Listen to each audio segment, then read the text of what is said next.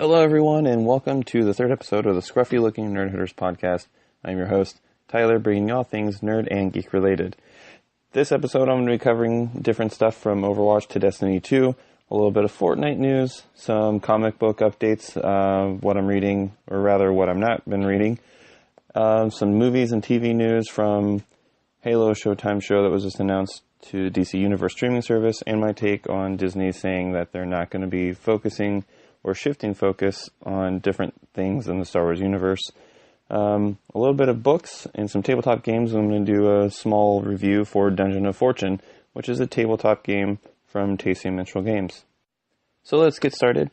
So Overwatch, Blizzard announced a new hero for Overwatch. His name is Hammond, and everyone thought it was going to be another a monkey type character.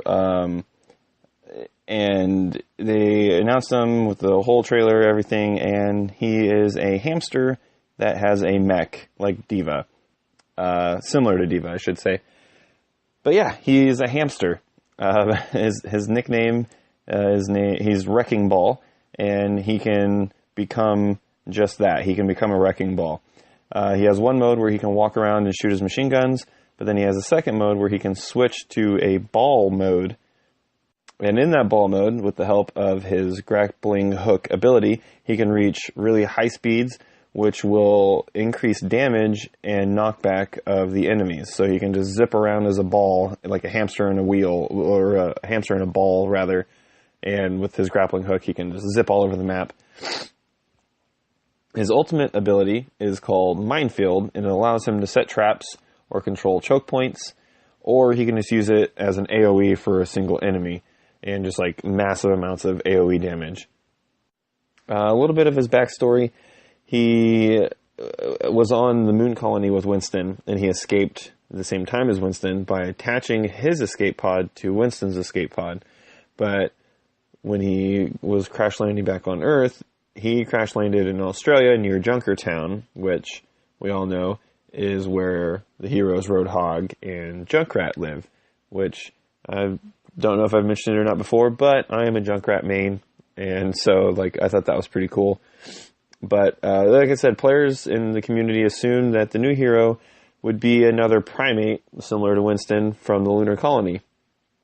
And it probably didn't help that Blizzard, when they were teasing the new character, they were using images on Twitter that they would tweet, and it would also include like a monkey. And so there was kind of like a red herring in that aspect of, making the community think it was going to be another primate, but then surprise, it's a hamster in a mech wheel, so to speak, or a mech ball. But I personally look forward to playtesting Wrecking Ball. I think he looks like a really fun character. But what do you guys think? Is a hamster in a mech too silly for Overwatch? Or do you think it fits perfectly into the game's lore? I mean, like I said, we have Winston, and Widowmaker's undead, essentially. And Genji is a human that's also a cyborg. So, it's kind of already over the top a little bit. And but I don't know. What do you guys think? Do you think it fits or not? Let me know on the socials, or just comment on this podcast and let me know. Moving on, Destiny 2. I'm going to be completely upfront. I haven't touched Destiny 2 since the Curse of Osiris DLC, so it's been a pretty long time. My biggest gripe at that time was how Bungie and Activision, probably more so Activision than Bungie, but they were treating the property as a way to essentially hustle money in the form of DLC and locking vanilla content behind DLC paywalls. So, you couldn't get, once the DLC came out, you weren't able to do things that you could do in the core game unless you bought that DLC. And to me, I wasn't a fan of that. But from what everyone's been saying on, in the comment section and stuff like that I've been reading, the community seems to be more in favor of Bungie and all that now in regards to Destiny 2. They seem to find the error of their ways and be putting out solid, substantial content. But like I said, I personally haven't played it in a long while. I haven't really had an itch to play it. But with the most recent DLC trailer, they found a way to just reel me right back in. this isn't really a spoiler, I guess, unless you've been staying away from the announcement trailers, but they're killing off Cade Six, who was my favorite character in the game. I loved his character. I thought he was funny. He brought a really good element to the game and the story.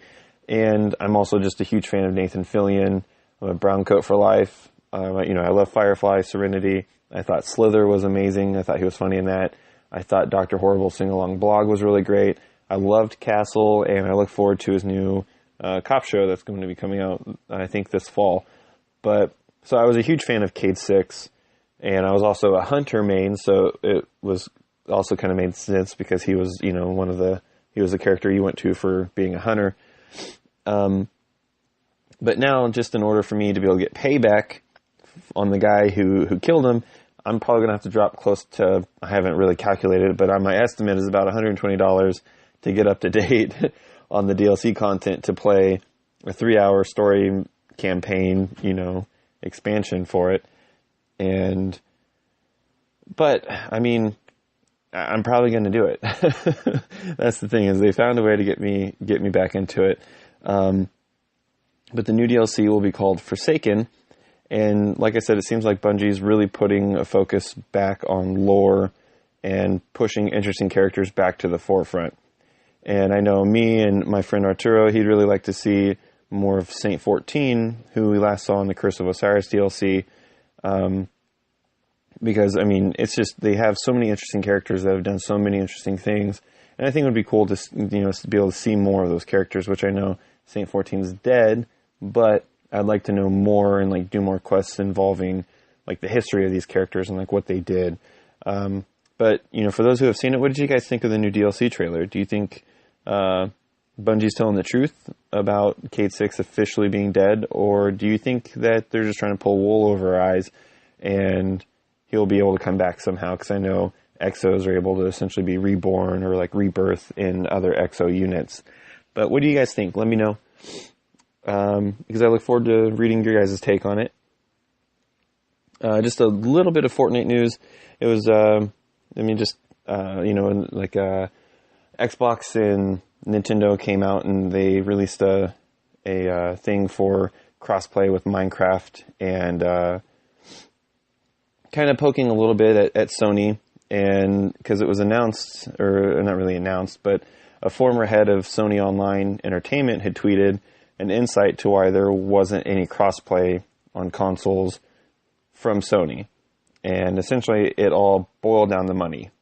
And Sony just wanted all the money. Basically, they would be upset that, say, if a player was playing on the Xbox or the Nintendo Switch, they would be buying marketplace content off those consoles, and it wouldn't be coming, they wouldn't be getting any revenue for it. So they wouldn't want an Xbox player to be playing with a Sony player, because they wouldn't be getting any money from that Xbox player. So, like I said, it all just boiled down to money. Sony wants all the money, guys. But yeah, that's all I have for video games. Like I said, if you come across any cool content that you want me to talk about, or you're interested to see what my take is on it, just tag me in it, whether it's on Facebook or Instagram or even Twitter. You can tweet to me on Twitter. But yeah, moving on to comics, like I said in my little intro, I am dreadfully behind on my comic book reading. It makes me sad in a way, but I'm currently working on 2, possibly 3 comics of my own, and I will go ahead and do a quick rundown of them. I'll only give the name of one because it's kind of a no big deal thing. It's a fan comic that I'm doing of mine and my friend's fire team from Destiny 2, and it'll be called Fire Team Omega. It'll be story-based, it'll be story-driven between our characters and using the lore that's been established from Bungie. But there'll be some humor in it as well. But I'm just using it as a way to essentially practice storytelling in comic book format before I start diving into my own that I try to sell and market. Because it's all already established, everything's already done. I just have to tell a story, essentially. So, but yeah, it'll be called Fire Team Omega, and I'll be posting it on my personal account, but I'll also share and regram or retweet or whatever stuff from my personal onto this one. But the comic number 2 is going to be a sci-fi comic that follows 2 characters on a quest that involves ancient aliens long thought forgotten. And it'll kind of be a blend of Firefly with a little bit of Guardians of the Galaxy, maybe just hints of the new reimagined Battlestar Galactica, stuff like that. It's kind of like a conglomerate of all things that inspire me. And, I'm sure there'll probably be some Star Wars stuff, esque stuff in there too. People will be like, oh, that kind of reminds me of that. Well, I'm just kind of taking everything that's inspired me over the years and kind of just trying to tell my own story. And then comic book 3 is something that I'm wanting to kind of take my time with, and it may actually just turn into an actual novel rather than a comic book, but it's a story about a Norse hunter and her direwolf.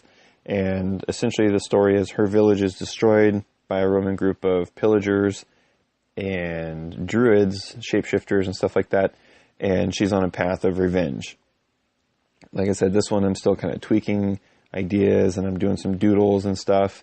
So it's still in like the preliminary stages of idea making and stuff like that. But yeah, like I said, keep a lookout for these 3 comics. Like I said, I'll be sharing them on my personal, but I'll also be resharing them onto the podcast account. And that's all I have for comics. Like I said, I'm dreadfully behind on reading comics right now. I need to kind of get my butt back in gear and read some of my comics because I'm a little behind. But movie news, it's rumored now that Jonathan Kasdan, the guy who helped write the Solo, a Star Wars story, is signed up to replace David Cope as the writer of Indiana Jones 5. So, if the rumor is true, we may be seeing some promotional stuff soon for the new Indiana Jones movie. I know Harrison Ford is not getting any younger at all as the days and years and decades go by. But I don't know. For me, I think it would be kind of cool to be able to see Indiana Jones in another one last thing. I know Harrison said this would be the last one that he ever does of Indiana Jones. So it might be good to see one more before, Harrison calls it quits on acting, because I know he's probably going to be probably really tired of acting after this long. Would probably like to retire and enjoy the fruits of his labor, so to speak. But also, in other news, Showtime has announced that they're going to be doing a 10-episode season of a scripted drama set in the Halo universe. I haven't been a huge fan of Halo since Bungie has, left, working on that IP. But the lore of Halo and everything that they established was tremendous. I thought they went into really good detail and everything, and even the books that they came out with that eventually spawned, Halo Reach, the video game. All those tremendous. The books were really well written. It was all really well done. And they've done a really good job of keeping everything pretty coherent for a sci-fi setting. So, that being said, I'm really looking forward to the Halo Showtime show. I know at one point, Microsoft had announced that they were going to be doing a Steven Spielberg led Halo show. I'm assuming that probably... was it Steven Spielberg or was it James Cameron? I can't remember. But obviously that didn't come to any sort of fruition because we haven't seen it. Also in other news, DC has announced that they're going to be doing a streaming service, and it's going to be called DC Universe, and that they announced that the new Titans TV show, which is a live-action version of the Teen Titans, will be streaming on there as well. And it's rumored that that Titan show is actually going to be a more mature, kind of like Daredevil-esque, like the Marvel's Daredevil type show. But I also know that they plan on also having Doom Patrol, Young Justice animation, and Swamp Thing on there. But I don't think I read anywhere if they're going to also have like the CW verse shows available for streaming either. I'll have to see. But the streaming service also will include like comic books, like main comic book stories, that the more popular ones I would imagine first, and then other previous DC live action shows like the Superman movies, the Batman movies, and all that.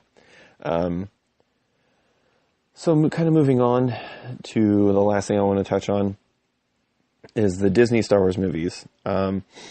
I personally have been a fan of The Force Awakens,